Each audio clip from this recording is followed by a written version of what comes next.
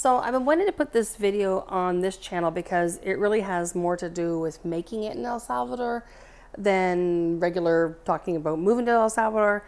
So here is the struggles we had putting in our new sink that we got at Expat. I am so ready to get rid of that sink. Tomorrow the guy's coming to cut the granite. So excited. We took out the cupboard doors to make it easier for him to get in here. Also just leaving all that stuff that was on the sink over there. Can close that door. I've covered up most of the stuff. Just my copper stuff is gonna get dirty. We covered up the cupboards. We covered up the lower cupboards. I'll put the towels in the laundry. And we have a curtain that will close all the way, so to keep it out of the rest of the house. Even got a sheet over here.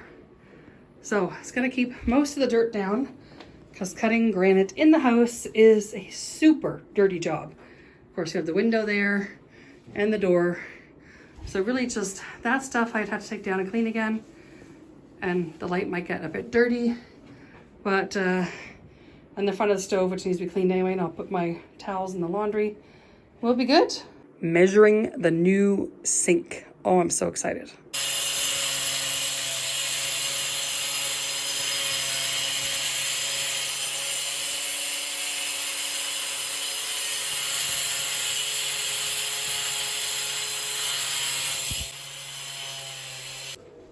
So here is the sink. I'm so excited. He had to trim out a little bit more of that support. There was already some notched out for the other sink. He trimmed a little bit more out. Did a pretty good job of tidying up. I just mopped the floor again for the umpteenth time. My sheets worked okay, but I don't know if you can tell, there's cobwebs. The dust had highlighted all the cobwebs and above the refrigerator too. Don't know if the camera picks that up, but I mean, my counter still all got dusty.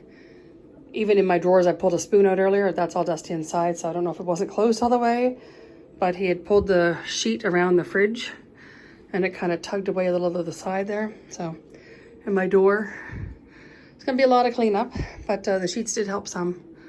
I just need the sink hooked up so I can do the cleanup. I just realized they'd already siliconed my sink in. I thought he was just putting it here for fit.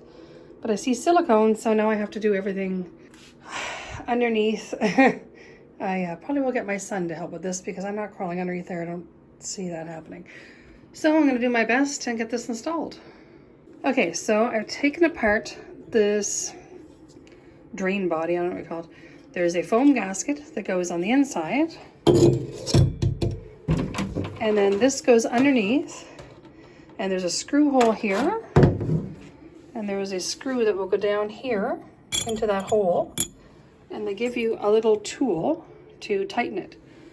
So I'll need to put this up underneath and tighten it. Okay, that's done. I tightened it. I don't want to break the key. The key is plastic. And I kept the body so that the drain was aligned to the back. That's as tight as I can get it. So the drain body is pointed towards the back. There's the drain. There's where it comes into the house. There's where it goes out of the house. There's a little one here I need to attach the overflow to. So I'll do that next.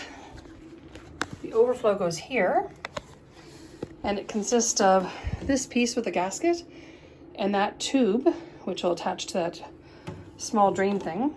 And this goes up in behind. And I have a little grate here with a hole and a little screw to screw from the front. And then you can snap this little plate over top of this. And that's the overflow. This is a very cool feature. I put the strainer basket in, and then it has this cap over top.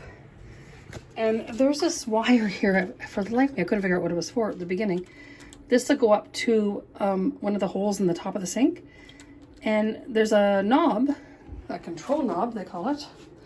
So I can kind of pick, I think I'll pick this for that spot because the glass washer is going to be here and my drinking water is going to be there, and it'll be attached to the wall underneath on that side.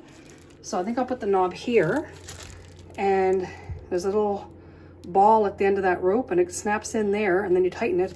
And this allows you to plug or unplug the sink from the top instead of having to lift that up, especially if you had really hot water or something in there. That's cool, eh? So we finally got the sink installed. Well, kinda. There's a couple of weird things. It seems to be bigger from the middle than it is on the edges. So when I try to slide these things, which this is gonna fall, and a big crash and a lot of water, I don't know. It's a little too heavy. It's gonna fall because it gets, as you see, it's almost off the track there already. So, and I got this one full of water. This is like the washing basin, which is kind of cool. It has its own little drain, so I can drain it and they'll just go down to the bigger one. And then this is the dry one. So I can't slide them without them falling because the middle, for some reason, is bigger than the corners. Bizarre. There's also a cutting board that goes on, but it only goes on this upper track, so that actually is fine. And yeah, weird. I accidentally reversed when I screwed on the hot and cold pipes underneath. I did them the opposite way. So my husband hooked them up, blue to cold and red to hot, and the reverse. So, and the back of our cupboard is, I don't know, they put some sort of like masonite or something, and it's completely falling apart. So we're going to rip that down, and my husband's going to flip the hot and cold pipes for me. We had to be very creative with this drain, and it's too long. It actually takes a very long time to drain. See, because it goes down and goes back up. So he's going to take that off, cut that pipe, that gray pipe, shorter. It's also interfering with the faucet black hose with the weight. It's getting caught on some of the drain stuff there. So we'll just rejig the underneath a little bit better. I think he put the overflow on this side. I didn't realize the overflow actually had 2 ports. And I took the plug off of one. And we're like, why is it dripping? Oh, there's this open hole here. So there's just a little cap on this one.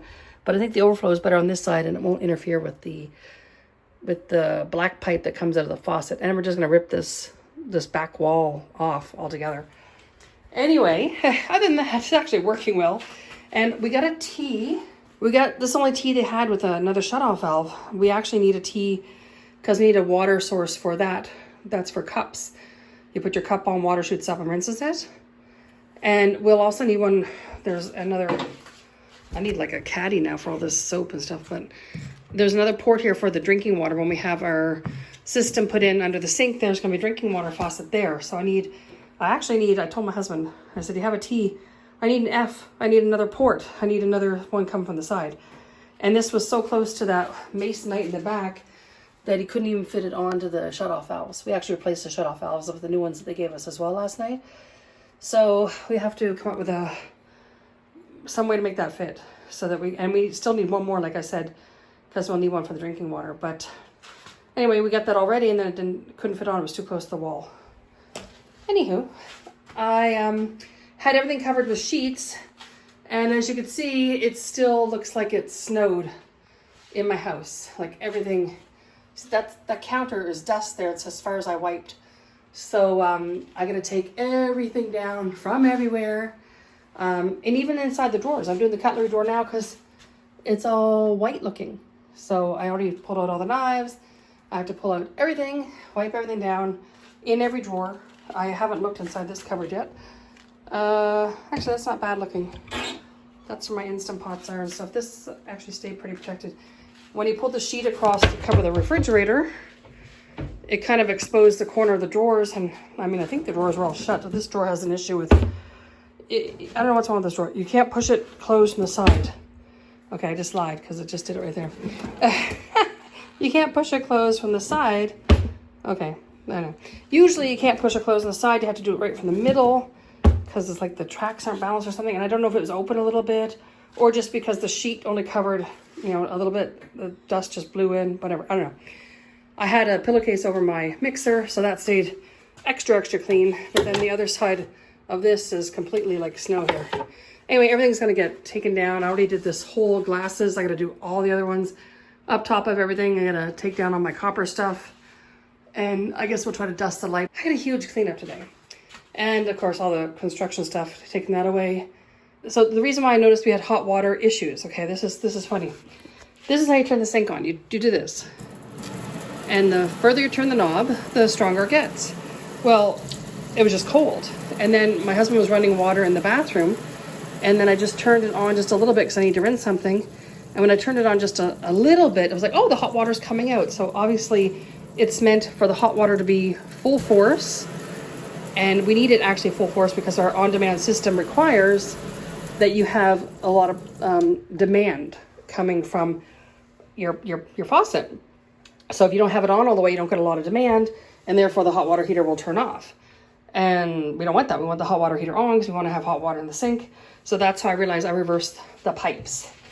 Now, to be fair, when I hooked it up to the other side of this, it didn't say this is hot and this is cold. And then from the diagram, I did it the way the diagram showed. And when I put the faucet on, my husband says, why is the cold one coming down on the left side and the hot one coming down on the right side? Like, I don't know, I just follow the diagram. But yeah, they are reversed. And it would be a pain in the rear end. We'd have to take the whole faucet out to switch them around on the inside there. And it's just easy just to switch it around on the outside, right? Just put them in the right one. Plus they're crisscross now because, because we had them the opposite way. So anyway, that's a lot of stuff under the sink. But when we have this sorted today with the shorter drain pipe, move the overflow, flip the hot and cold around, it'd be all cleaned up, and then we can maybe rip that backing out. And we have this extra shelf we have to remove to fit the gas tank in. So I want to put that up somehow in that corner, but still allow for the gas tank. And then we'll do something on this side to make a shelving or some sort of unit so I can actually use this space under the sink. And we'll put the doors back on. But it was easier to take the doors off to work under here because, it's a tight space. But yeah, right now, Mama's got a lot of work to do. Okay, let's talk about one of the issues we faced with this sink. Now, the sink came with its own drain pipe. It was quite long, so we had to cut it off so it would drain properly. However, this was the existing drain pipe. And as you can see, that is very narrow. Actually, it's so narrow that I could fit this one over top of it. That's what has to go in the wall. And it has a screw cap around it, and there's a little rubber gasket there that you put on. You put the screw cap on, you put the rubber gasket on, then you screw it into the wall, and the rubber gasket holds that pipe tight. Now, you see why that couldn't work? Because this pipe would not fit inside the wall because it's too big. So what GJ ended up doing, this is actually the connector between the right sink and the left sink, and then that went down to the drain. That is a smaller diameter pipe. So what he did, he took the gray pipe and the length he cut off of here of the white pipe, put them together, and he put a clamp around it with the little screw clamp. I'll show you right now. So that is what he did, and that's the white screw cap that goes into the one in the wall. It's a little length of that white pipe he cut, and the gray one's around it, and the gray one did have this little smaller adapter at the end, so he used that because the white pipe fit right inside that smaller adapter, and then that metal pipe clamp. And the reason why we had to change the shutoff valves wasn't because these ones are nice and pretty. It's because those pipes that came with the sink for the hot and cold water did not actually fit into the ones that were in the house. That's why we had to change them. Which also means we may end up with some issues getting the right size for this with the T connector, because this is the same size diameter as the ones for the faucet. And depending on when the people come to install the purification unit, we'll have to make sure we have a T that fits some length of hose that can go to that faucet. So it's going to be a little tricky, but I'm sure we'll get it done. These are some of the things you deal with in El Salvador when you're getting, some Chinese imported sink with some parts that come typically in El Salvador. Now, I got to say, I really hate this because, as you can imagine, every groove in there, look how nasty that is. And I hose this out. Every groove in there catches dirt. This is a little bit better. The grooves are not as deep, but still, in Canada, you have ABS or PVC or copper even, or some kind of chrome unit. You don't have this, and you have a regular P-trap. You wouldn't have something like this under your sink. So it's just different. Standards are different here, and no matter how much plumbing stuff you came with, you are probably not going to have what you need when you're installing something like this. So be prepared for the struggle. The struggle's real. Okay, I got one corner and one countertop clean. Now, I got this shelf paper because my drawer is, not looking great. These are all worn, the bottom of the drawer is all worn up. So I'm going to put that on, make it look a little better, and then put my bamboo organizers back. And I have washed all the cutlery, and even my son threw a plate in there. I really do like this sink. My husband hates the knob, but so a little bit is cold. A lot goes to hot. It takes, I don't know, maybe a minute for our hot water heater to kick in. And then it comes out hot. My water is getting cooled off there now, but yeah, and then I put my dish soap here so I can just, squirt it into the sink, and when that's hot, fill it up. It's very easy. And then the other option, of course, if you go the other way, it goes click to turn off, and you go this way, a little bit is cold and a lot is hot. And I actually don't mind using that to rinse the dishes. Once they're cleaned here, I usually just hold it over here and then put it in here, because the other one makes a bit of a spray. And what's really cool on, that's the, stream down, but on the other setting, it does this really cool pattern. Although it sprays water on the dishes I've already, washed and are drying, so it kind of wets them again. So that's a bit messier, but it is kind of cool. And that is my dirty dishes. Here's a look at my real life in El Salvador. And speaking of dirty, I've cleaned almost everything. I still got the spice shelf, although I've wiped off of 4 spices or so as I had them for dinner last night. My canisters have to come back down. Those actually came with us from the Netherlands in 2019. They traveled in a suitcase. I never even unpacked them until we moved here because I didn't have a place in Canada built yet because we never finished our kitchen. So they are very precious to me. I'm gonna need help getting them down, and I think I need my husband, not my kids, because I'm afraid they're gonna break them. The little lids, they just fall off, like they're not like pressured on or anything. So just gotta be careful moving them in and out. So I gotta take all those down, wash them. And what I have left is 2 drawers.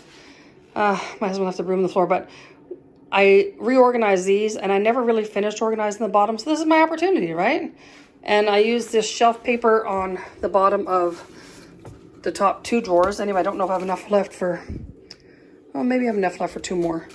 And I gotta do that. So everything else is clean and tidy and lots to do. I did magically forget about these. I need to take this back down and rinse them back off because I never removed them when they were doing the work. I think the whole curtain rod is completely full of dust. So taking the whole thing down, washing those out, hang them back up, and wiping off the curtain rod, I think we'll be really, really done then. All the windows are done, the doors done, the floors are done. The housekeeper was here yesterday. So, and then I'm gonna make some curtains for these 2 corners. That's my next thing I'm gonna do in the kitchen.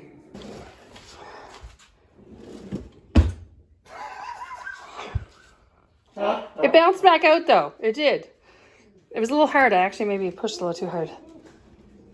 There, see? I told you, the door does not want to shut if you do it from the edge. You have to do it from the middle.